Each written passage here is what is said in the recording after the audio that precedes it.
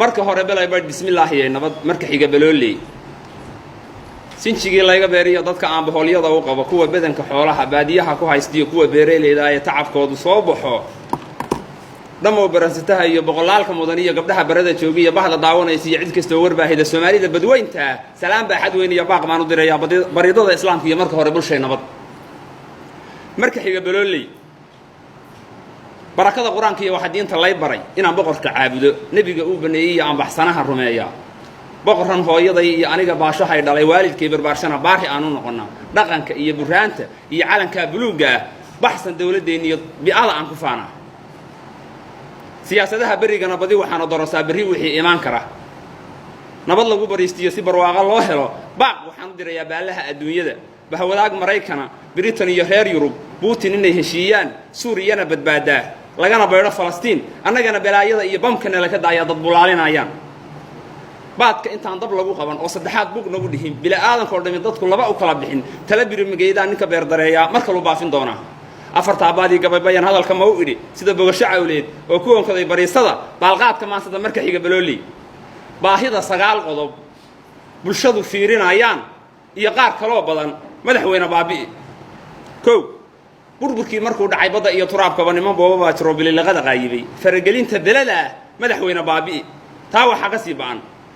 waxa jira basaasiin calanka buluuga leeyahay ciidana bilicda la xogta intay ku bixiyaan u bandhiga shisheeyaha ku dhex jira bulshada idil bahdil iyo daciifnimo madaxweyne baabi'i taa waxa ka sii baan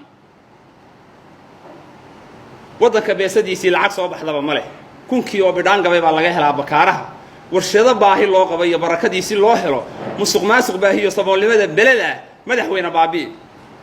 taa waxa ka sii baan beelooyaal qaran baabi'iyaal qaran dhaqan biyayaal qaran bahbahlay afmiishaar iyo booli cunayaal isu baaqa baa jira ee madaxweyne baabi'i taa waxa ka sii baan bayl cadii dalkeena iyo barbaartu way tahriibtaa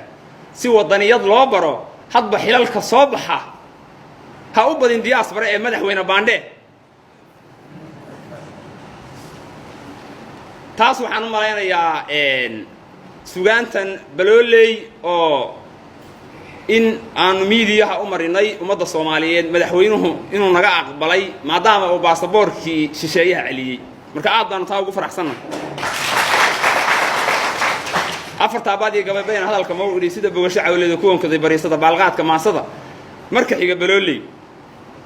baalqaadka maasada marka xiga balooley afarta baadi gabaybayn hadalka ma u idhi sida bogasho cawleed oo ku onkaday bariisada baalqaadka maasada